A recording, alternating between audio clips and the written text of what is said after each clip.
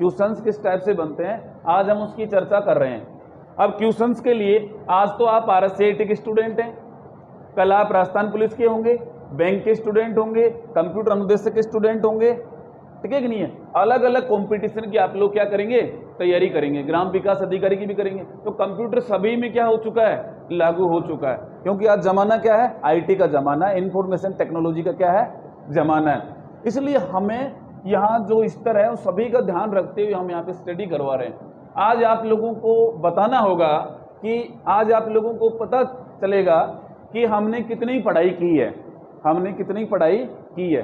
आपके सामने क्वेश्चन मैं पेश कर रहा हूं, आपके सामने क्या कर रहा हूं, क्वेश्चंस मैं आपके सामने पेश कर रहा हूं। निम्नलिखित में से क्वेश्चन क्या है, आप नोट भी कर लें, नोट भी करते रहें साथ साथ। निम्न, मैं बोल रहा हूं, अगर राइटिंग समझ में नहीं आ रही तो आप लोगों को, निम्नलिखित में से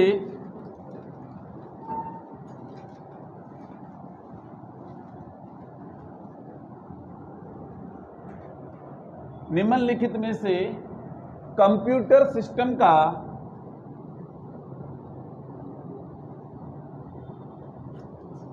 दिमाग किससे कहा गया है, किससे कहा, किससे कहा गया है। निम्नलिखित में से कंप्यूटर सिस्टम का दिमाग किससे कहा गया है। ऑप्शन आपके सामने हैं A, B, C और D। ओके, यहाँ पे आ जाएगा CPU, यहाँ पे आ जाएगा कीबोर्ड, यहाँ पे आ जाएगा मेमोरी और यहाँ पे आ जाएगा लैन कार्ड। क्या आ जाएगा, ओके, फास्ट लिखते रहिए। अब आप में से कितने विद्यार्थी हैं जो उस क्वेश्चंस को अच्छी तरह से समझ चुके हैं और इसका आंसर उनको 100% आता है। हाथ खड़ा करें, हाथ खड़ा करें। यानी लगभग सभी विद्यार्थी हैं। निम्नलिखित में से कंप्यूटर सिस्टम का दिमाग किससे कहा गया है, CPU को कहा गया है। CPU का पूरा नाम क्या है, सेंट्रल प्रोसेसिंग यूनिट, यानी केंद्रीय संसाधक इकाई। यानी पूरा का पूरा जो भी वर्क हो रहा है इस CPU के अंतर्गत ही होता है। किस में होता है, CPU में ही होता है। CPU के कितने भाग होते हैं, 3 भाग होते हैं। Very good. CPU के कितने भाग होते हैं, 3 भाग होते हैं, जिसमें क्या बताया गया है, मेमोरी, CU और ALU। ओके, इस CPU का क्या होता है, भाग होते हैं। CPU के क्या होते हैं, भाग होते हैं। कंप्यूटर के भाग इनपुट, आउटपुट और CPU, इनपुट, आउटपुट और CPU। अब जरूरी नहीं है कि क्वेश्चन यही हो, जरूरी नहीं है कि क्वेश्चन यही हो। क्वेश्चन ये भी हो सकता है कि निम्नलिखित में से कौन सा कंप्यूटर का भाग नहीं है, ओ सॉरी CPU का भाग नहीं है। निम्नलिखित में से कौन सा CPU का भाग नहीं है, मेमोरी, CU, ALU और लैन कार्ड दे दिया जाए तो लैन कार्ड क्या होगा, नहीं होगा। या फिर ये आ जाए निम्नलिखित में से कौन सा CPU का भाग है, इसमें मेमोरी, CU, ALU और नीचे आ जाए उपरोक्त सभी, तो आंसर क्या होगा, उपरोक्त सभी। देखो कितनी अच्छी बात है। यानी क्वेश्चन किसी भी रूप में दिया जा सकता है, आपको कोई प्रॉब्लम नहीं है। क्वेश्चन ये भी आ सकता है, निम्नलिखित में से ऐसा कौन सा CPU का भाग है जिसके अंतर्गत अर्थमेटिकल लॉजिकल गणनाएं होती हैं, अंक गणितीय और तार्किक गणनाएं होती हैं, ऐसा कौन सा भाग है, ALU है। ALU का पूरा नाम क्या है, अर्थमेटिकल लॉजिकल यूनिट। इसका मतलब क्वेश्चन कैसे भी आए आप रेडी हो, ओके। तो इसका आंसर आप लिख लीजिए, क्योंकि आप स्वयं को भी पता है इसका आंसर क्या है। बहुत अच्छा है। ये क्वेश्चन बुक में तो नहीं है, लेकिन सर ने समझाया है तो बहुत अच्छी बात है, आप बने रहें। क्वेश्चन नंबर 2, क्वेश्चन नंबर क्या है, 2 है। 2 क्वेश्चन के अंतर्गत हम पूछने वाले हैं, निम्नलिखित में से ऐसी कौन सी डिवाइस है जो इनपुट व आउटपुट दोनों का कार्य करती है। लिखिए, निम्नलिखित में से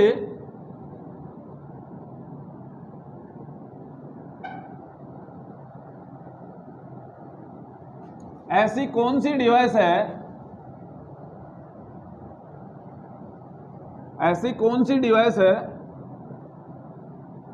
जो इनपुट एंड आउटपुट दोनों का कार्य करती है?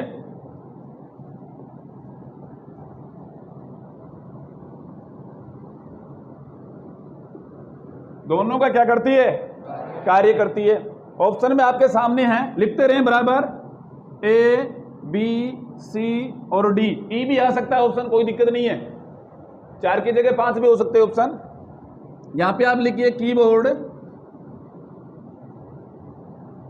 यहां पे आप लिखिए पेन ड्राइव, यहां पे आप लिखिए जो स्टिक्स, और यहां पे आप लिखिए स्कैनर। आंसर क्या होगा? Pen drive. क्या बात है, कितना शानदार आंसर दिया आप लोगों ने। पेन ड्राइव क्यों है? क्योंकि इसमें इनपुट भी दिया जा सकता है, और जो लगाते ही इसके अंतर्गत जो भी डेटा होते हैं सीपीयू उसको क्या करता है? स्कैन करता है, और स्कैन करके हमारे को वो अंदर लेता है। अंदर का मतलब इनपुट, और फिर स्क्रीन के ऊपर उसका में जो भी डला हुआ है, जो भी डेटा या प्रोग्राम फाइल्स डली हुई है, उन सबको शो करता है। तो उसका मतलब ये क्या हो गया? पेन ड्राइव हो गया। आंसर क्या हो गया? पेन ड्राइव हो गया, जो इनपुट का काम भी कर रहा है और आउटपुट का काम भी कर रहा है। बहुत ही शानदार क्वेश्चन है। इसका मतलब आपने पढ़ाई भी बहुत अच्छे से की है ना? इतना अच्छा जवाब दे रहे हैं। बाकी क्वेश्चन इसको दूसरे रूप में भी दिया जा सकता था, ठीक है कि नहीं है? अब जरूरी है क्या? अपन तो ऑप्शन माना है, आपने किताब में पढ़ लिया, आपने किताब में पढ़ लिया, उसको सेम रट लिया कि साहब यही होता है। सपोज करो कि यहाँ पेन ड्राइव की जगह अगर यहाँ पे डीवीडी दे दिया जाता तो आंसर क्या होता? डीवीडी होता, ठीक है कि नहीं है? क्या होता? डीवीडी होता। सपोज करो कि यहाँ पे पेन ड्राइव आ गया, फर्स्ट ऑप्शन में डीवीडी आ गया, ठीक है कि नहीं है? और थर्ड ऑप्शन के अंतर्गत सीसीटीवी कैमरा आ गया, और फोर्थ ऑप्शन में आ गया ऑल ऑफ दी जबो। तो आंसर क्या होगा? ऑल ऑफ दी जबो, क्योंकि सभी डिवाइस क्या है? इनपुट एंड आउटपुट है। इसका मतलब आपको बेवकूफी से पता है कि इनपुट क्या होता है और आउटपुट क्या होता है। कोई प्रॉब्लम नहीं, नोट कर लिया। अगला क्वेश्चन देखिए।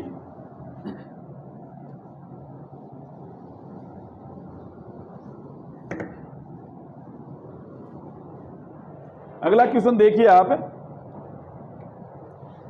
निम्नलिखित में से, लिखिए, नोट करते रहें। निम्नलिखित में से ऐसी कौन सी मेमोरी है, ऐसी कौन सी मेमोरी है जिससे बैकअप मेमोरी के नाम से जाना जाता है? किसके नाम से? बैकअप, हार्ड लग रहा है क्वेश्चन, बैकअप मेमोरी के नाम से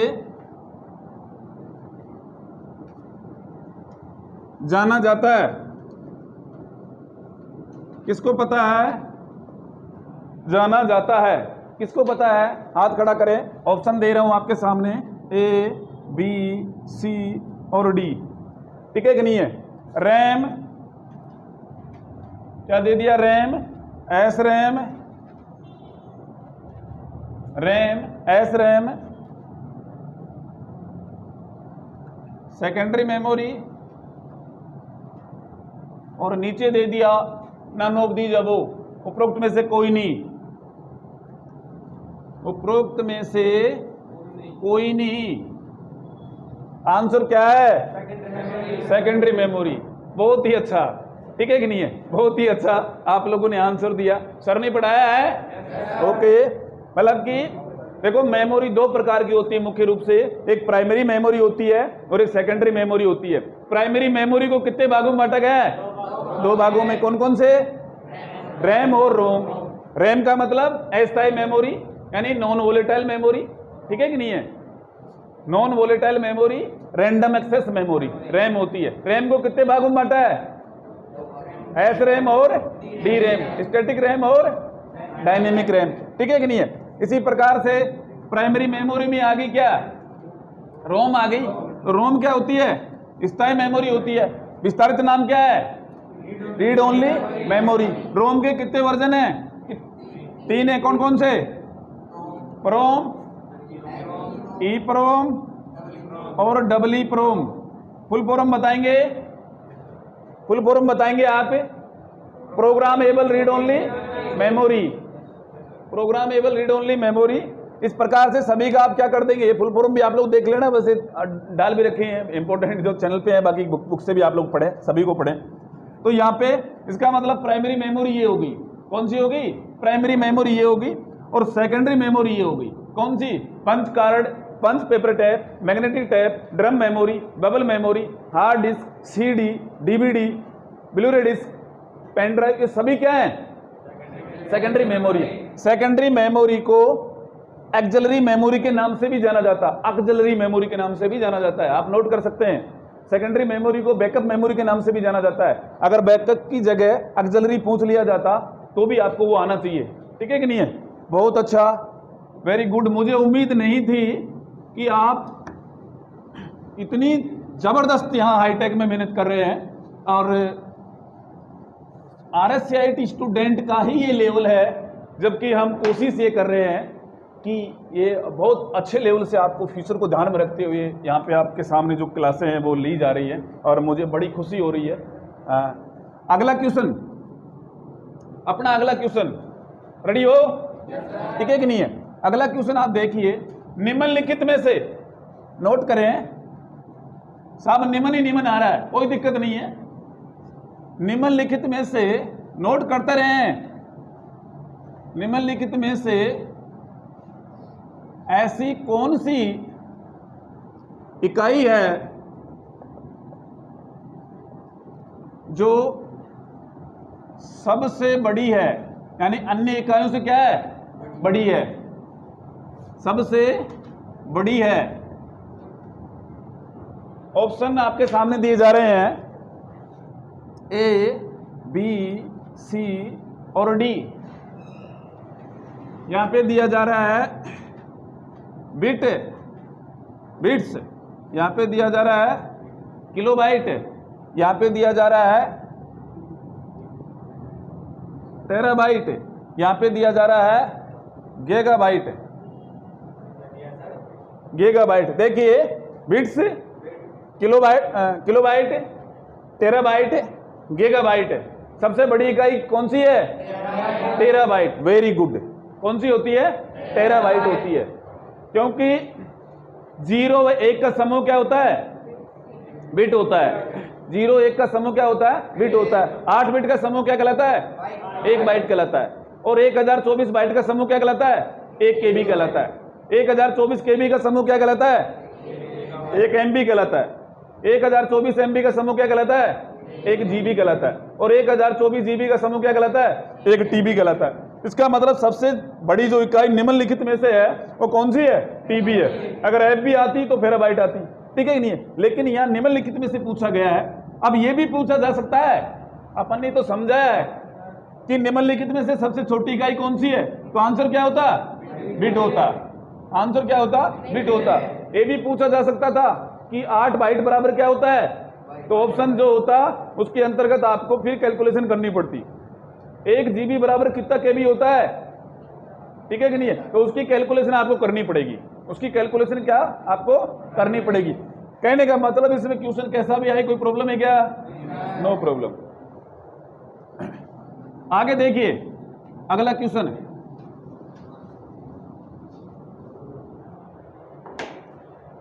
जब आप कंप्यूटर, लिखिए, जब आप कंप्यूटर सिस्टम में कार्य कर रहे होते हैं, क्वेश्चन है, जब आप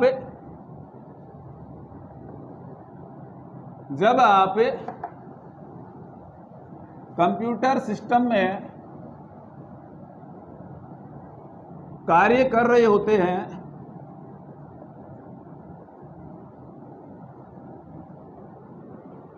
तो आपके द्वारा, यानी यूजर के द्वारा, तो आपके द्वारा किया गया वर्तमान कार्य यानी करंट टाइम में किस मेमोरी में स्थित रहता है।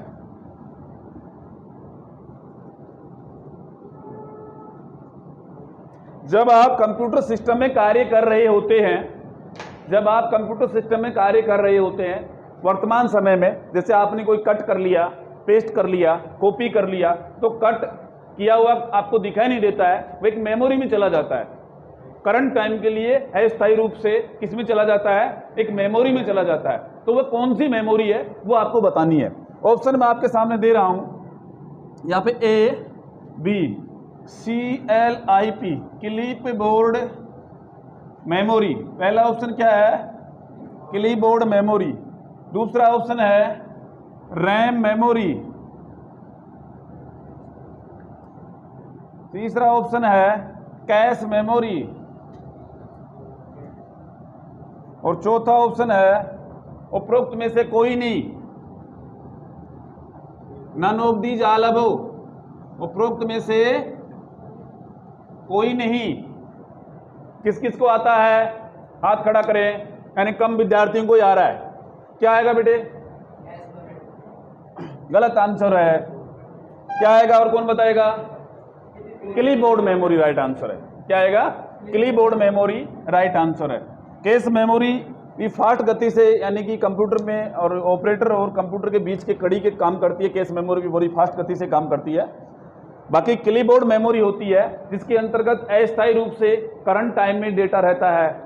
जब हम वर्क कर रहे होते हैं, कट कर दिया तो क्लिप बोर्ड मेमोरी में जाएगा, पेस्ट किया हुआ है तो पेस्ट हो जाता है, लेकिन हमें की प्रेस करने पे ही स्क्रीन पे वो पेस्टिंग होती है, जबकि जब तक वो कहाँ रहता है, मेमोरी में रहता है। कई बार आपने देखा होगा, अभी आपके प्रैक्टिकल हालांकि बेवकूफ़ी से नहीं चला है, सही समझा रहे हैं। आप कोई भी कंप्यूटर में कार्य कर रहे हैं, कंप्यूटर में प्रैक्टिकली क्या कर रहे हैं, कार्य कर रहे हैं, और कार्य करते टाइम वो डेटा यानी कि वो फाइल और लिखा हुआ टेक्स्ट आपसे रिमूव हो जाता है, तो आप उसको अंडू और रीडू के माध्यम से पुनः प्राप्त कर सकते हैं। उसको क्या करेंगे, कंट्रोल Z प्रेस करके आप लोग क्या करते हैं, पहले वाली जो स्थिति है उसमें आप पुनः आ जाते हैं। इसका मतलब वो कहाँ था, क्लिप बोर्ड मेमोरी में था। कहाँ था, क्लिप बोर्ड मेमोरी में था। आप करंट टाइम में एग्जाम के लिए स्टडी करके जाते हैं कि आपको रिटर्न देना है, तो उस टाइम क्या होता है, वो आपके क्लिप बोर्ड मेमोरी में क्या रहता है, सेव रहता है। जैसे ही दूसरे सब्जेक्ट की आप तैयारी करते हैं, वो वाला सब्जेक्ट जो आपने तैयार किया था धीरे धीरे अरेंज हो जाता है और करंट टाइम का आपकी मेमोरी में क्या रहता है, सुरक्षित रहता है। ठीक इसी प्रकार से कंप्यूटर में भी क्या करता है, कार्य होता है। ठीक है, तो आंसर क्या करेंगे, क्लिप बोर्ड मेमोरी करेंगे। आंसर क्या आएगा, क्लिप बोर्ड मेमोरी का आएगा आंसर। ठीक है कि नहीं है। आपके सामने एक क्वेश्चन आपको लिखाया जा रहा है, आप लोग लिखिए। प्रारंभिक माउसों में क्वेश्चन है, काफी क्वेश्चन 5-5 लाइन के भी होते हैं, आपने देखा होगा। अभी राजस्थान पुलिस में आए 5-5, 7-7 लाइन के क्वेश्चन आए। सब ऊपर के पढ़े, नीचे के याद भूल जाए, बीच का भूल जाए, है ना। आप तैयारी आपको इसी हिसाब से, कोई दिक्कत नहीं आएगी आपको। प्रारंभिक माउसों में क्वेश्चन क्या है, प्रारंभिक माउसों में ट्रू और फॉल्स के लिए ही है, आप लोग लिखें। प्रारंभिक माउसों में सिंगल बटन हुआ करता था। ऊपर आप हेडिंग लिख सकते हैं ट्रू और फॉल्स, यानी निम्नलिखित में से कौन सा कथन सत्य है और कौन सा असत्य है। यानी हमारे को क्या करना है, ट्रू और फॉल्स देना है इनमें से। तो पहला जो हमने दिया है उसमें क्या दिया है, प्रारंभिक माउसों में सिंगल बटन होता था। प्रारंभिक माउसों में क्या होता था, सिंगल। ठीक है। दूसरा है आधुनिक माउसों में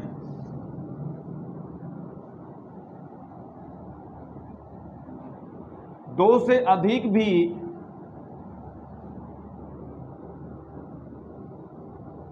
पुश बटन होते हैं।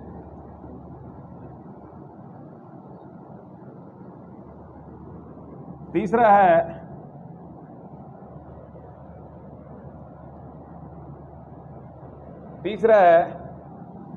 SDD फ्लैश मेमोरी की तरह कार्य करती है। मेमोरी की तरह कार्य करती है। चौथा है फोर्ट्रान दुनिया की सबसे पहली high level HLL high level language है।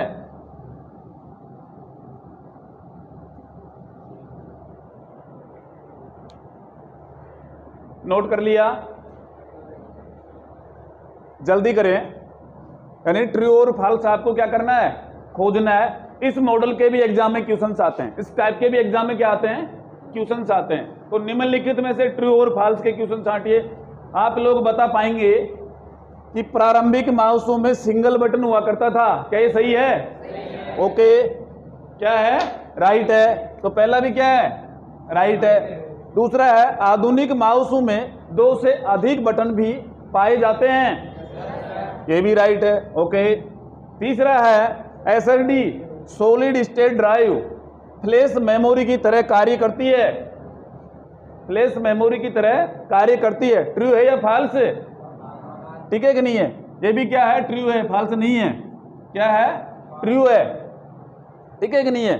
चौथा क्या बताया गया है, फोर्ट्रान दुनिया की सबसे पहली उच्च स्तरीय भाषा है।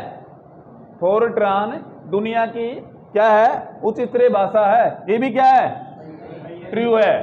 ठीक है कि नहीं है? सब आपने सारे ट्रू आ रहे हैं तो हमें लगा इसमें थोड़ा कंफ्यूज लगा, ऐसा कुछ भी नहीं है। हो सकता है एग्जाम में आपको फॉल्स दे दिया जाए, लेकिन हम यहाँ फॉल्स की बात नहीं करेंगे, यहाँ तो सारी अच्छी अच्छी चीजें लिखाएंगे जिससे आपको पता तो चले कम से कम। ठीक है कि नहीं है? हो सकता है एग्जाम में यहाँ पे क्या दे दिया जाता, यहाँ पे कोबोल लैंग्वेज दे दी जाती। क्या दे दी जाती, कोबोल लैंग्वेज। ठीक है कि नहीं है, कि दुनिया की पहली लैंग्वेज कोबोल है, एल्गोल है, पास्कल है, फोर्ट्रान तो है ही है, लेकिन इसके अलावा अन्य कोई भी लैंग्वेज आपको दे दी जाती। ठीक है कि नहीं है? यहाँ दे दिया जाता सी लैंग्वेज का आविष्कार डेनिस रिची ने 1982 में किया। तो क्या सही है? गलत है। क्या है, गलत है। क्योंकि सी लैंग्वेज का आविष्कार तो किसने किया है, डेनिस रिची ने किया है। तो ठीक है, तो विद्यार्थी सोचेंगे कि ठीक है। अब लेकिन सन का विद्यार्थियों को ध्यान नहीं है। और सन क्या है, 1972 में। कहाँ किया था, अमेरिका देश के अंतर्गत कैम्ब्रिज विश्वविद्यालय के AT&T लेबोरेटरी में इसका आविष्कार किया गया था। इसका सी लैंग्वेज का। इसलिए क्या हो गया कि डेनिस रिची है तो सन भी ठीक होगा। तो वो तुक्का मारते हैं, तो तुक्का मारने वाली यहाँ चीज नहीं चलेगी। क्या करना पड़ेगा, उसको पूरा बेवकूफी से पढ़ना ही पड़ेगा, जब जाकर के हमारी व्यवस्था बैठ पाएगी। ठीक है कि नहीं है? तो ये हाई लेवल लैंग्वेज हुई, क्या हुई, हाई लेवल लैंग्वेज हुई। तो प्रारंभिक जो दुनिया की जो पहली जो लैंग्वेज आई कॉमर्शियल लिए दफ्तरों में कार्य करने के लिए, फोर्ट्रान लैंग्वेज थी। क्या थी, फोर्ट्रान लैंग्वेज थी। 1957 में ये बनी है। इंटरनेशनल बिजनेस मशीन द्वारा क्या किया गया, इसको डेवलप किया गया। रही बात हमारे SSD की, ये सॉलिड स्टेट ड्राइव होती है। आजकल जो कंप्यूटर की जो स्पीड हो रही है वो स्लो हो रही है, रैम से भी यानी कि इतनी स्पीड नहीं कर पा रही है। जिस प्रकार से आपने पेन ड्राइव को लगाया और पेन ड्राइव को लगाते ही वो हाई स्पीड से क्या कर रही है, वर्क कर रही है। हाई स्पीड से क्या कर रही है, वर्क कर रही है। ठीक है कि नहीं है? हाई स्पीड से क्या कर रही है, वर्क कर रही है। ऐसी पोजीशन में पेन ड्राइव की तरह, पेन ड्राइव क्या होती है, फ्लैश ड्राइव होती है। पेन ड्राइव की तरह ही एक हार्ड डिस्क बनाई गई, उसको SSD बोला गया। क्या बोला गया, SSD बोला गया। आज भी आप बोलते हैं, काफी बार हार्डवेयर की दुकान पे अगर आप लोग जाते हैं तो आपसे बोलेंगे कि भैया हमें लैपटॉप चाहिए। क्या चाहिए, इंजीनियर से आप लोग बोलेंगे कि भैया हमें लैपटॉप चाहिए। तो लैपटॉप की पोजीशन के अंतर्गत वो आपको बोलते हैं कि साहब लैपटॉप चाहिए, तो बोलेंगे विद SSD चाहिए या विदाउट SSD चाहिए।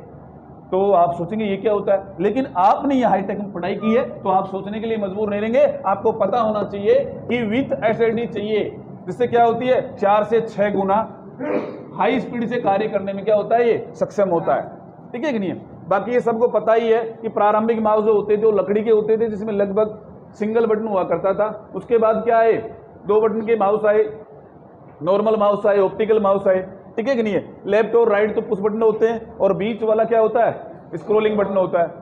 लेकिन अब ये कौन सी बात आ गई कि साहब आधुनिक माउसों में 2 से अधिक पुश बटन भी होते हैं। भाई होते हैं। जैसे पहले गेम खेलने के लिए जॉयस्टिक उपकरण का इनपुट डिवाइस का प्रयोग किया जाता था, लेकिन आजकल गेम खेलने के लिए किसका प्रयोग किया जाता है, कीबोर्ड का प्रयोग किया जाता है। क्योंकि क्या किया जाता है, कीबोर्ड का प्रयोग किया जाता है। लेकिन अब सर ये माउस भी दिखा रहे हैं, दो मेरे को दो, है ना। काफी बच्चों को ये भी कंफ्यूज हो रहा है कि हमने तो साहब 2 बटन वाला ही माउस देखा है। कौन सा देखा है? 2 बटन वाला ही। ये मतलब कि प्रत्यक्ष में प्रमाण की जरूरत नहीं है। यहाँ पे ये पेश भी कर दिया गया है कि आधुनिक माउसों में 2 से अधिक पुश बटन भी होते हैं। पुश बटन 2 ही देखे आपने, लेफ्ट और राइट, बीच वाला स्क्रॉल बटन होता है, लेकिन यहाँ पे पुश बटन ये गेमिंग माउस होते हैं, ठीक है। नहीं है, यहाँ पे आप देखिए, ये देखो, ये लेफ्ट है राइट है, यहाँ पे स्क्रॉलिंग बटन है, यहाँ पे पुश बटन, एक ये भी है, एक ये भी पुश बटन है, एक ये भी पुश बटन है, एक ये भी पुश बटन है, एक ये भी पुश बटन है, ठीक है कि नहीं है। इसका मतलब इसमें काफी बटन है, 1 2 3 4 5 6 7 बटन इसके अंतर्गत पुश होते हैं। यानी कि क्वेश्चन को क्या कर दिया गया, घुमा दिया गया। यानी कि आप लोगों की जो तैयारी है उस हिसाब से तो कोई आप लोगों को कोई प्रॉब्लम आ ही नहीं सकती। इसका मतलब ये भी हमारा क्लियर हुआ, ये भी हमारा क्लियर हुआ, ये भी हमारा क्लियर हुआ और ये भी हमारा क्लियर हुआ, ठीक है कि नहीं है। क्योंकि सबसे पहले जो लैंग्वेज की मैं आपको बात कर रहा हूं, सी लैंग्वेज के अंतर्गत वो क्या आई थी, BCPL आई थी। कौन सी आई थी, आप नोट भी कर सकते हैं, बेसिक कमांडेड प्रोग्रामिंग लैंग्वेज। केन थॉमस ने 1962 में इसका आविष्कार किया था, लेकिन इससे व्यवस्थाएं नहीं बैठी तो बी लैंग्वेज का आविष्कार किया। बी लैंग्वेज का भी 1962 में केन थॉमस नामक वैज्ञानिक ने इसका आविष्कार किया, ठीक है कि नहीं है। इससे भी संतुष्टि नहीं मिली उन्हें, इससे भी क्या हुई, संतुष्टि नहीं मिली, और संतुष्टि नहीं मिलने के कारण उन्होंने सी लैंग्वेज का आविष्कार किया। किसका किया, सी लैंग्वेज का। सी लैंग्वेज का आविष्कार 1972 ईस्वी में डेनिस रिची ने कैम्ब्रिज विश्वविद्यालय, अमेरिका देश के कैम्ब्रिज विश्वविद्यालय के AT&T लेबोरेटरी में इसका आविष्कार किया गया, ठीक है कि नहीं है। सी लैंग्वेज में क्या होती थी, जो कोडिंग होती है वो बहुत लंबी होती है, जो प्रोग्रामिंग होती है क्या होती है, बहुत लंबी होती है, इसलिए यूजर को खोजना, उसमें डिबगिंग करना बहुत हार्ड होता है। कम से कम एक 10th क्लास तक पढ़ा लिखा व्यक्ति ही इस high level language C language में वर्क कर पाएगा, अदरवाइज नहीं कर पाएगा। जटिल गणनाएं होती है इसके अंतर्गत, इसलिए समस्याएं रही। इन समस्याओं से निजात पाने के लिए 1979 ईस्वी में जॉन स्ट्रेथ नामक वैज्ञानिक ने C++ का आविष्कार किया। उसके अंतर्गत ब्लॉक डिवाइड कर दिए गए, छोटे छोटे ब्लॉकों में विभाजित करके, और C++ का क्या किया गया, कोडिंग किया गया और उसको हल किया गया। इसमें डिबगिंग करना यानी एरर ढूंढना आसान हुआ। क्या हुआ, एरर ढूंढना क्या हुआ, आसान हुआ, ठीक है कि नहीं है।